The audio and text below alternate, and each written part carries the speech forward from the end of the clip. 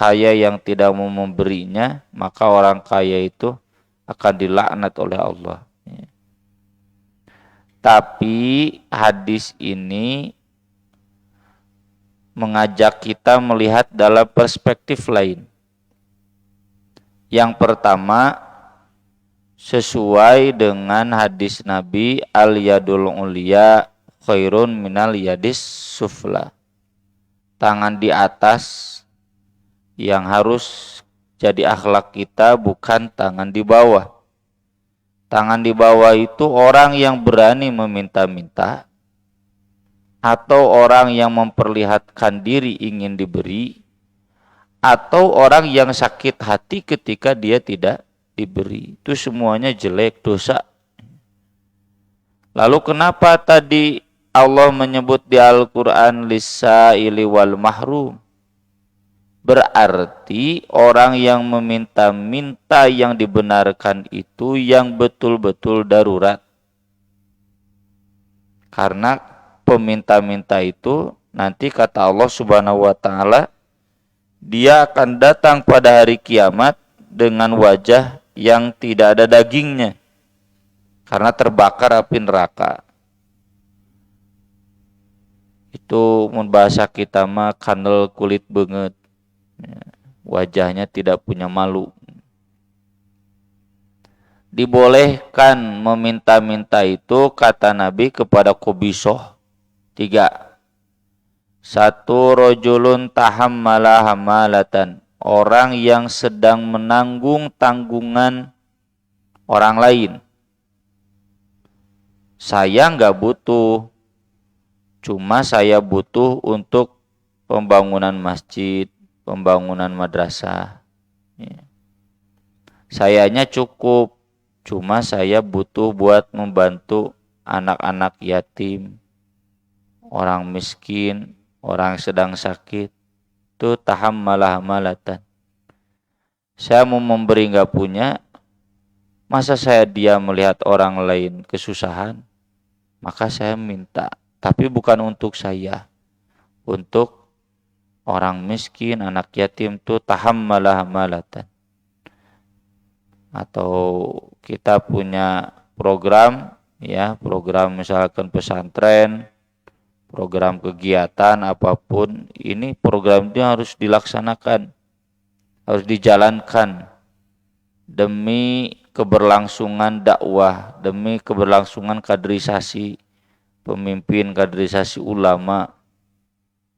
Dananya, ya, misalkan ini untuk daurah ke Mesir, dananya 35 juta, ongkosna unggul teh, can makelanu ditinggalkeun anak.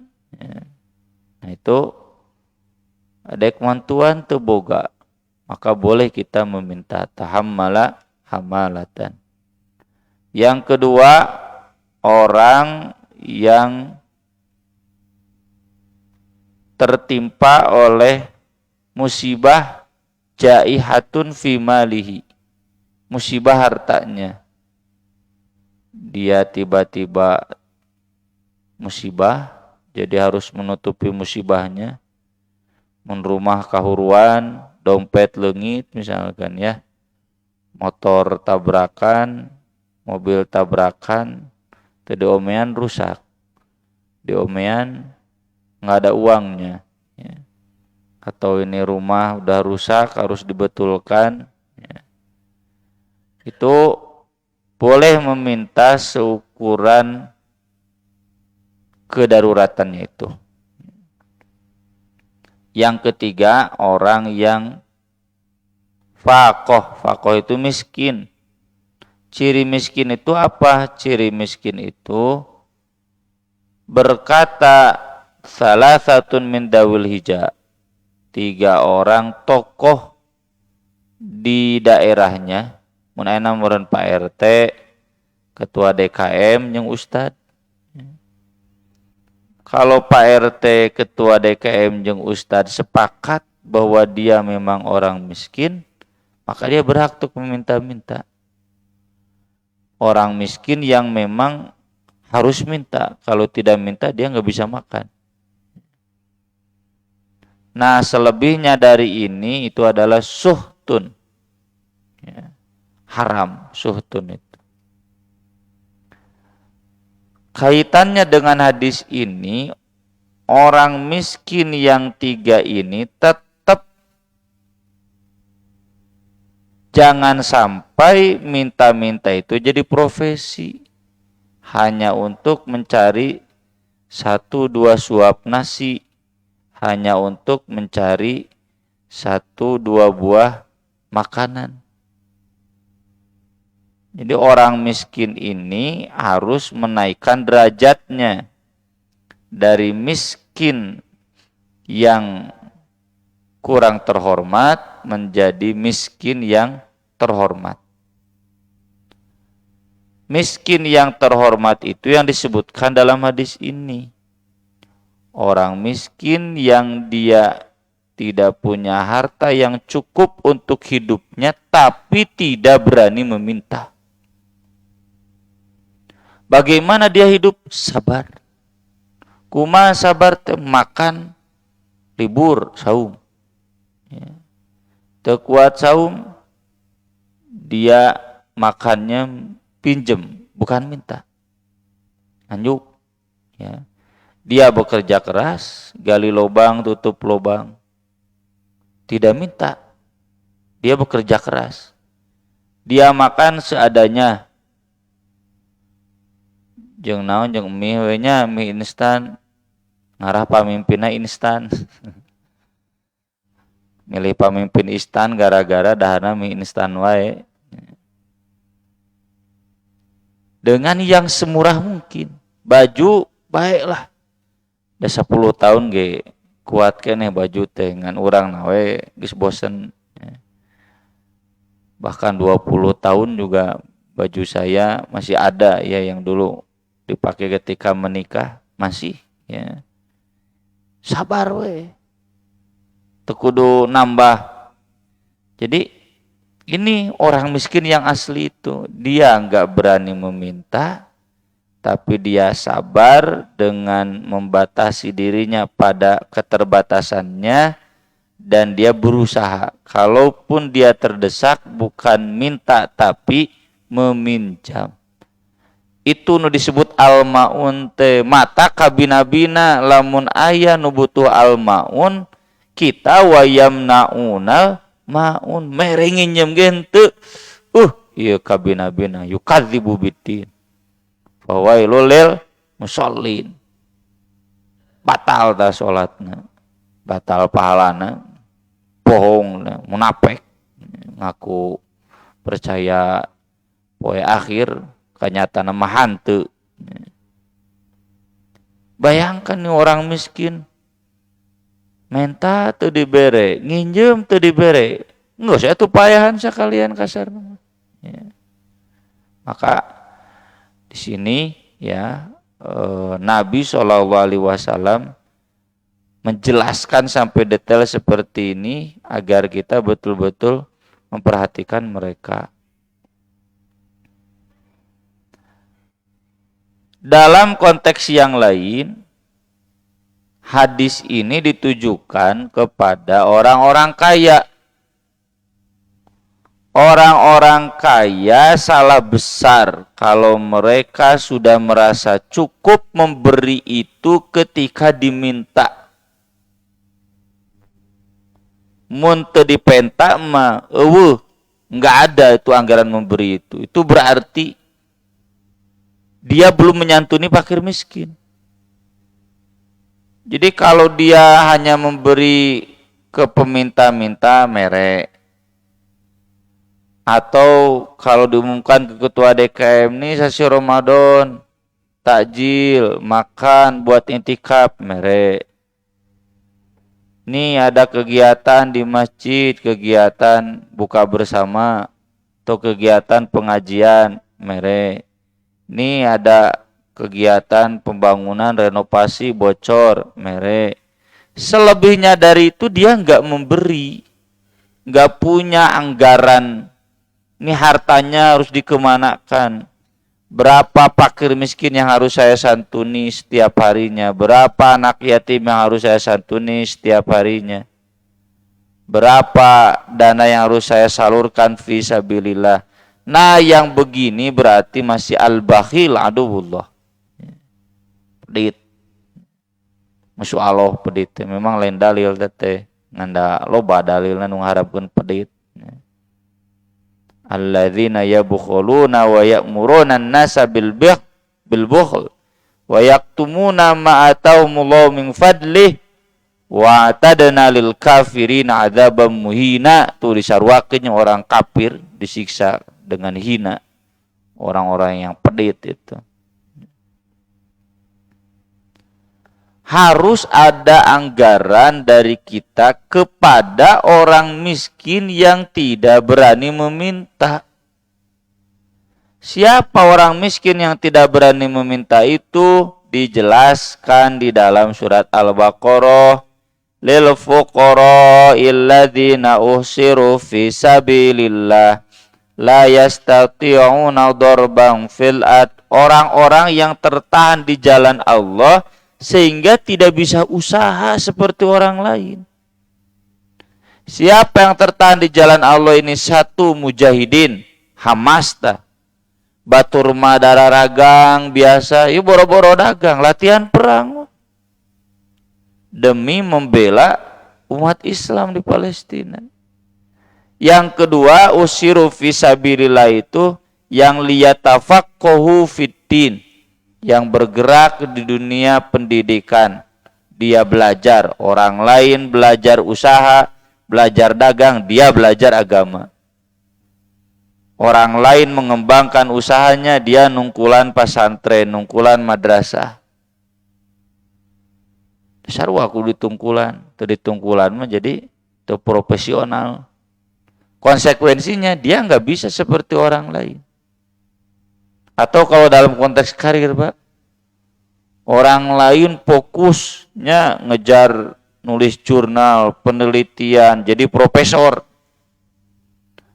Ini mah dia tertawan di Persis, tertawan di Muhammadiyah. Riweuh ngurus jamaah, riweuh ngurus cabang, riweuh ngurus madrasah. Itu tertawan di jalan Allah. Orang lain karirnya melesat, oh da teu mikiranna naon atuh. Ya, mikiranna eta we dunia akademik. Jadi kalau para aktivis kita palinter, nah hese cenah jadi profesor nya meureun we atuh da segala diurus. Nepikeun ka urusan jamaah we ge diurus. Itu mereka tertawan di jalan Allah. Ini mereka butuh dana buat mengembangkan dirinya, butuh dana, Pak. Yang jadi doktor, yang jadi profesor teh gede di danana.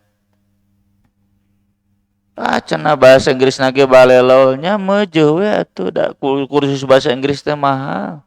Kursus bahasa Arab murah di Tamhidul Mubalighin. Mahal kursus bahasa Inggris teh. Ya.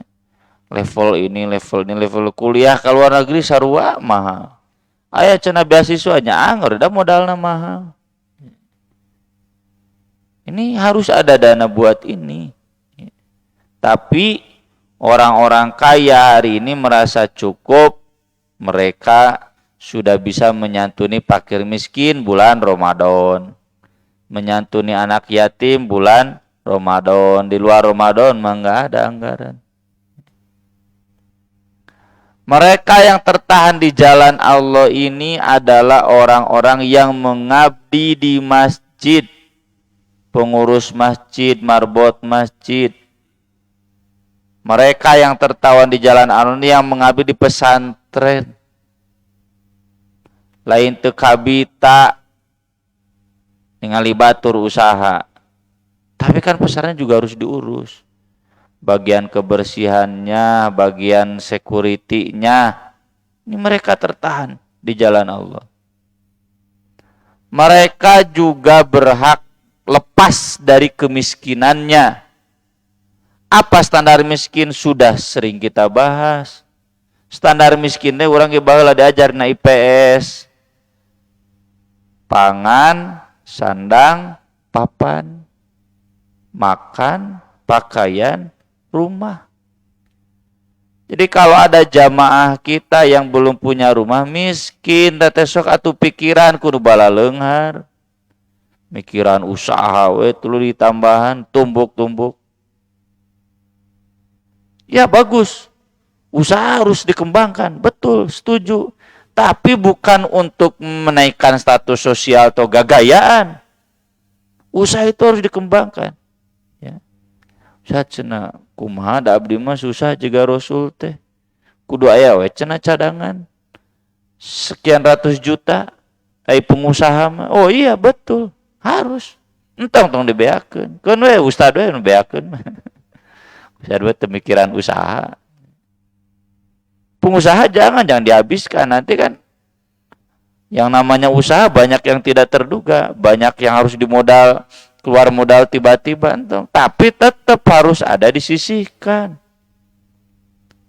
Ieu mah disisihkeun ngadon jadi nambah status kekayaannya. Jangan. Dahulukan tuh orang tua, kakak, adik, urang imah bisa kene meujeum mah hayang nambah imah tah jang orang tua dulu, jang kakak dulu, jang adik dulu, jang jamaah, jang marbot masjid, jang tukang kebersihan di pesantren. Ini mereka yang asli miskin, dan kalau kita belum menyantuni mereka berarti ta'acan ka'asub wala yahudu ala to'amil miskin wala tahadduna ala to'amil miskin falaqtahamal aqobah. Kenapa tidak ditempuni jalan ini, jalan yang berliku? Apa al-aqobah teh? Fakkuraqobah au it'amung fi yaumin di masghobah yatimang da makrobah au miskinang da matrobah. Tuh. Jadi ayat-ayat ini maksudnya harus kita tujukan kepada orang miskin yang tidak terlihat miskin.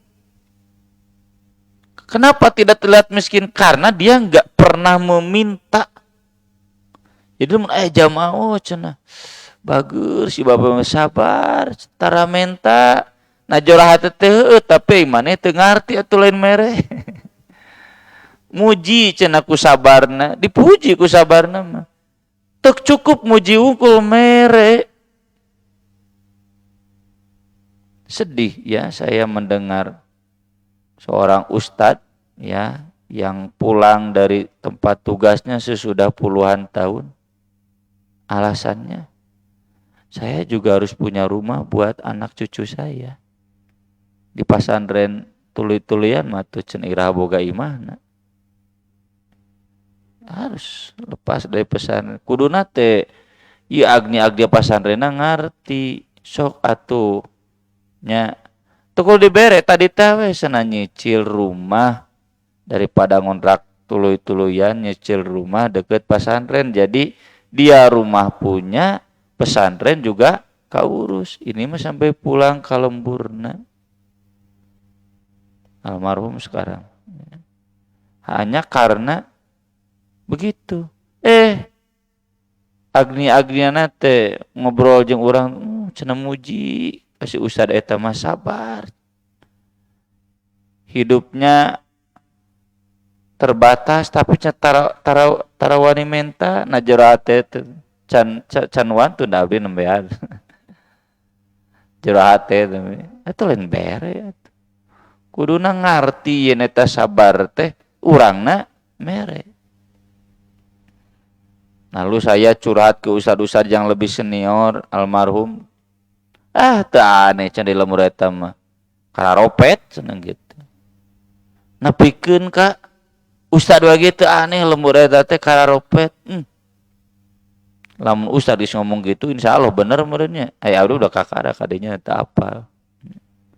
Nah ini hati-hati. Berarti kita masih yukadzibu biddin.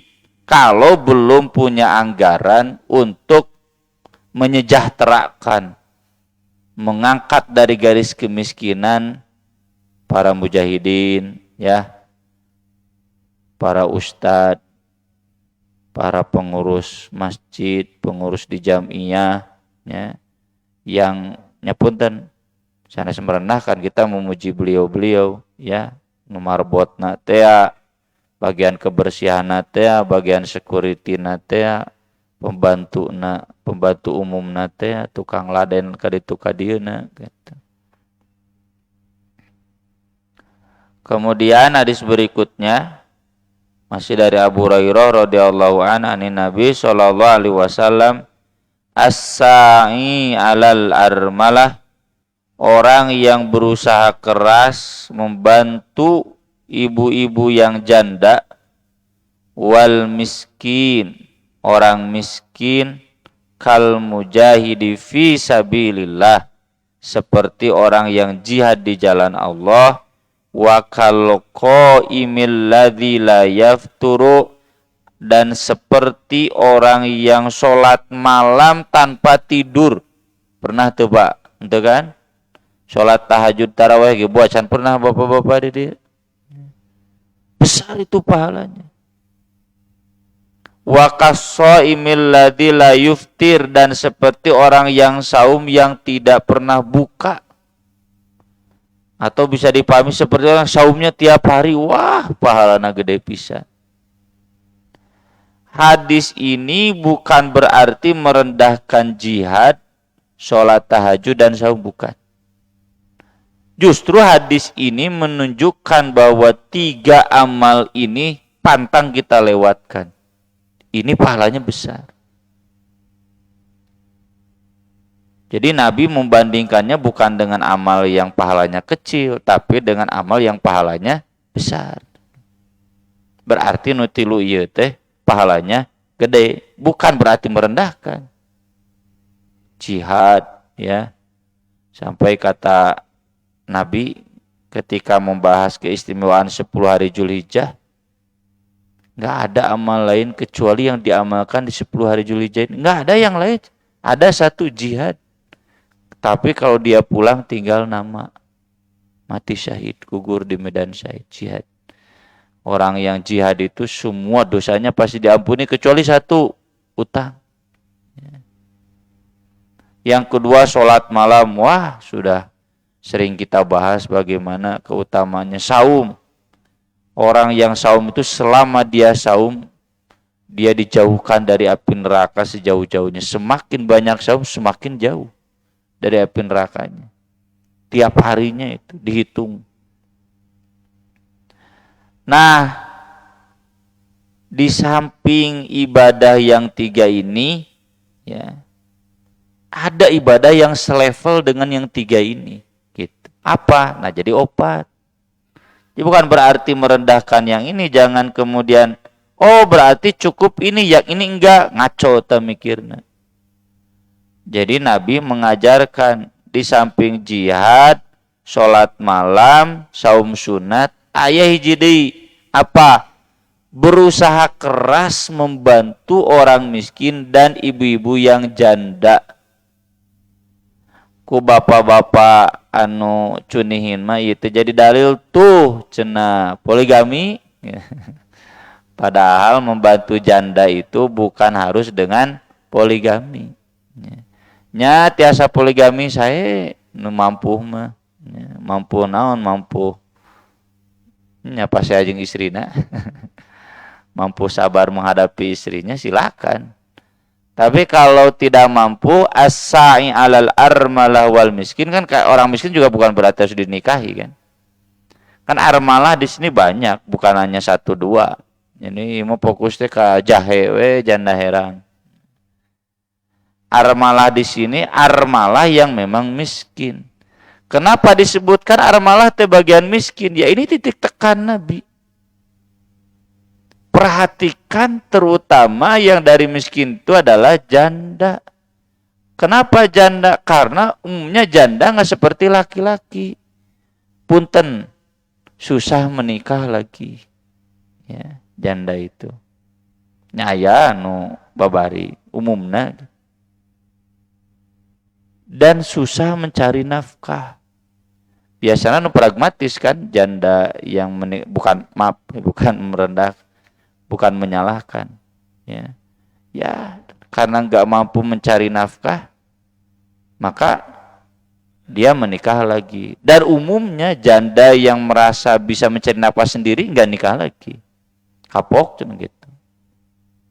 Nah ini yang janda ini karena kelemahannya, keterbatasannya, kita harus berusaha keras. Sa'i itu bukan biasa-biasa kan, jika sa'i berusaha keras mencarikan bantuan untuk dia, ya, atau kita membantu mereka sekuatnya, semampunya kita. Artinya kalau disebut janda kan dia punya anak yatim. Jadi disebut janda itu berarti suaminya kan meninggal dunia atau suaminya cerai, dia hidup sendirian, ya, pasti terbatas, susah cari janda yang kaya, siga Khadijah. Nah, kepada janda-janda ini harus lebih diutamakan. Dan tentunya juga kepada orang miskin secara umum. As-sa'i ini berusaha, di Al-Quran bahasanya yahuddu, tahaduna, menggerakkan diri sendiri atau menggerakkan orang lain. Sok absen Pak di RT orang, di jamaah orang, ada berapa janda? Sok sisihkeun, beperieun bapak teh nikah si ibu eta teh atuh sok atuh sisihkeun. Nya syukur-syukur bapaknya nikah si ibu eta jadi aman tah nafkahna. Punten Bu, bilih bapak bade nikah deui teh niatna ieu Bu tong dihalang-halang. Ibu-ibu kenging pahala jihad. Kenging pahala salat malam yang pahala saum. Wah cenah bok si ustad lalaki henteu abdi mah asli ngajelasin hadis. Kalaupun tidaknya ibu ge da tukang ngaji. Bapak-bapak Bandungan penjelasan ustad. Cek ustad ge lain kudu kawin deui. Tapi silakan sumbang, santuni kebutuhan makannya yang paling pokok. Ya. Bapak Ibu kan sekarang ada yang demo buruh ya. Kota Bandung sabar Bu, abdi ge ngajenghok. Sekarang sudah di angka 4.790-nya bulatkeun 4.800.000. Kebutuhan orang miskin sandang pangan papan. Tah urang teh kuduna teh mereka janda ka miskin teh sakitu. Ngan pan teu mampu. Nya sok atuh. Kalau tidak bisa sadidu wa qoribu, mendekati. Sok atuh teu mampu 4 juta, 3 juta, teu 3 juta, 2 juta, 1 juta, 500.000 pun mah aya we. Jangan sampai tidak ada sama sekali ini ke orang miskin, ke ibu-ibu yang janda. Abdi ngajenghok teh naon? Aduh. Iya geus 5 tahun pesantren teu ditaek-taekeun gaji. Ya, dulu mah asa deukeut. Ketika UMR-nya, UMK-nya 3 juta. Wah, rada deukeut. Ayeuna geus 5 juta. Ngajenghok. Kudu naikkeun bayaran gitu. Nu ayeuna ge susah wae gitu. Pas-pasan.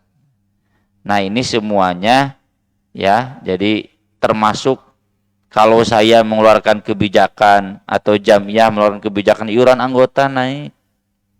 Kenapa? Karena memang kebutuhan buat menyantuni fakir miskinnya, ya. Kalau dalam konteks saya untuk memberikan hak hidup buat guru, yang guru-guru itu kategorinya fukor, bukan saya merendahkan. Dalam buhar mah pengusaha, ya. Mereka menjadi guru itu pengorbanan. Jadi kalau kemudian bukan saya saja, semua pesantren mengumumkan naik ya bayaran teh. Bapak Ibu jangan merasa seperti membayar. Itu sedekah buat al-armalah, buat al-miskin. Kunate lebih semangat. Jadi jangan menganggap ini bayar jika bayar PLN-nya, bayar internet, bukan.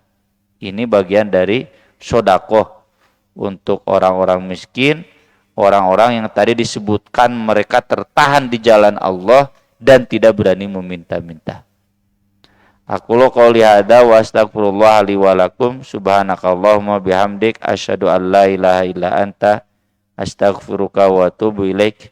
Wassalatu wassalamu ala Rasulillah. Wassalamualaikum warahmatullahi wabarakatuh.